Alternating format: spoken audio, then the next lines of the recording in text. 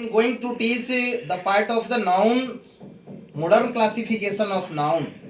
Modern classification of noun कहने का मतलब होता है कि हम लोगों ने पहले नाउन के बारे में पढ़ लिया था कि नाउन को काइंड्स ऑफ 5 पार्ट्स ने हम लोगों ने बांट दिया था, लेकिन अब 5 पार्ट्स को आज मॉडर्न क्लासिफिकेशन के तौर पर उसको 3 भागों में वर्गीकरण किया गया है।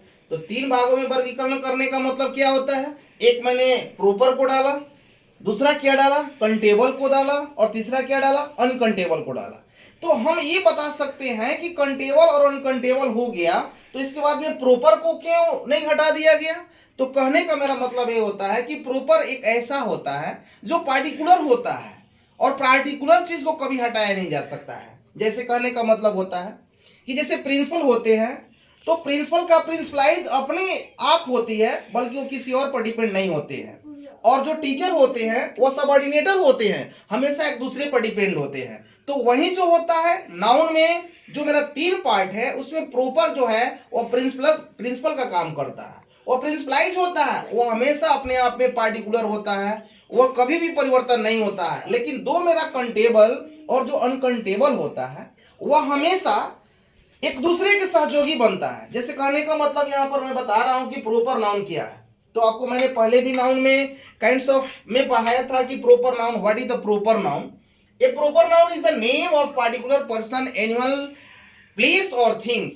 यानी प्रॉपर नाउन वो नाउन होते हैं जो पार्टिकुलर होते हैं, जो खास होते हैं, जिनके रूप स्वरूप गुण में कोई परिवर्तन नहीं होता है, न उसमें चेंजिंग होता है।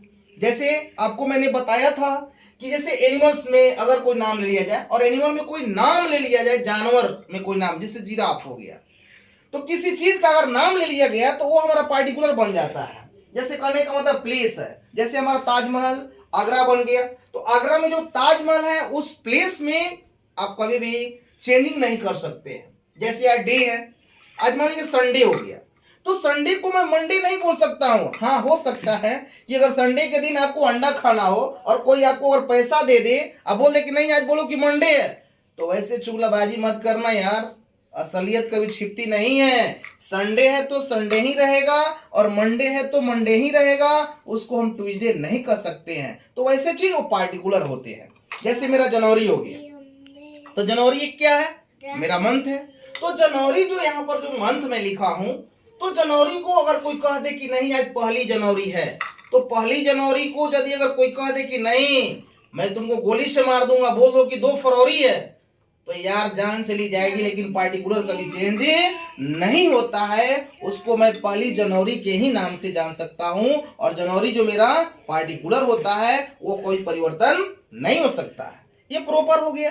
लेकिन कंटेबल और अनकंटेबल में क्या होता है, countable that things which can be counted, वैसा चीज जिसको आप गिनते हैं। तो गिनने वाले हमारा नाउन में कौन कौन पार्ट होते हैं, तो एक कॉमन होता है और एक कलेक्टिव होता है।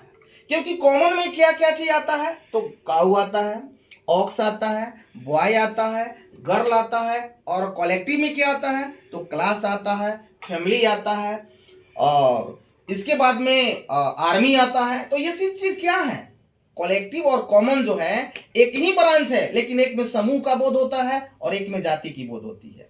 तो कॉमन की जाति भी क्या है, एक लिविंग थिंग्स है, और कलेक्टिव का भी क्या है, एक लिविंग थिंग्स है। दोनों सजीवता ही है, बट एक समूह से है, एक जाति से है, लेकिन दोनों को तो क्या है, आकार प्रकार सेम है। उसमें भी जो चीज होते हैं इसमें भी वो चीज होते हैं, दोनों में किसी प्रकार की डिफरेंस नहीं होती है। तो मॉडर्न क्लासिफिकेशन में क्या हो गया कि जिसमें अगर समानता दिखाई दे गई उस चीज को एक में कर दिया गया। जैसे कलेक्टिव नाउन को और कॉमन नाउन को कंटेबल नाउन के अंतर्गत में रख दिया गया, क्योंकि the name of things which can be counted, वैसे चीज जिसको गिना जा सकता है, जिसको हम किसी काम के लिए रूप में उपयोग में ला सकते हैं, वे सारे चीज कंटेबल होते हैं। जैसे कहने का मतलब है काऊ है, ये मेरा कंटेबल हो गया, क्योंकि आप गाय है तो गाय को तो आप गिन सकते हैं। डॉग है, लेग है, आई है, गर्ल है, क्लास है, ये which things we can be counted clearly, that is called the countable noun. ये सारे चीज को मैं गिन लेता हूं, तो गिनने वाले सारे चीज ये हमेशा कंटेबल के अंतर्गत में आते हैं। और मेरा थर्ड क्या हो गया, अनकंटेबल नाउन। अब अनकंटेबल नाउन में क्या होता है कि the name of things which cannot be counted, वैसा चीज जिसको आप गिन ही नहीं सकते हैं। तो जिस चीज को मैं कभी गिन ही नहीं सकता हूं तो वे बिल्कुल ही अनकाउंटेबल है, अगणनीय है। जैसे ऑयल हो गया, तेल को आप नहीं गिन सकते हैं। शुगर हो गया, शुगर को आप नहीं गिन सकते हैं। अच्छाई हो गया, गुडनेस हो गया, अच्छाई को नहीं गिन सकते हैं। फियर, डर और भय को आप गिन नहीं सकते हैं। अच्छाई को आपने कभी देखा है? देखा है कभी आप लोगों ने? कभी नहीं देखा है, क्योंकि अच्छाई जो होती है वो मनुष्य के इंटरनल पावर में होती है। किसी को संज्ञान अनुभव के द्वारा उस चीज को जाना जा सकता है। वैसे चीज को हम क्या बोलते हैं? अगर काइंड्स ऑफ नाउन में चलते हैं तो उसको हम अब्स्ट्रैक्ट नाउन के अंतर्गत में रखते हैं। क्योंकि अब्स्ट्रैक्ट नाउन में आपको मैंने बताया था कि abstract noun is that noun only for feeling idea but don't touch. इसमें क्या होता है कि उस चीज को मैं अनुभव के द्वारा ज्ञान प्राप्त कर सकता हूं, बट उसे कभी भी टच नहीं कर सकता हूं, न छू सकता हूं। तो अब मैं चलता हूं कि नाउन में जो पार्ट हुआ उसमें कौन ऐसा चीज है जिसको अनकाउंटेबल में मानूंगा। तो इसमें दो ही पार्ट आता है, एक आता है मटेरियल नाउन और दूसरा आता है अब्स्ट्रैक्ट नाउन।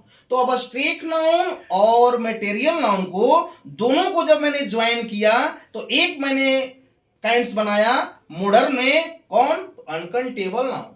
अनकाउंटेबल नाउन के अंतर्गत में मटेरियल और अब्स्ट्रैक्ट नाउन आते हैं। काउंटेबल में कॉमन और कलेक्टिव नाउन होते हैं। और प्रॉपर जो होता है खुद प्रॉपर पार्टिकुलर होता है।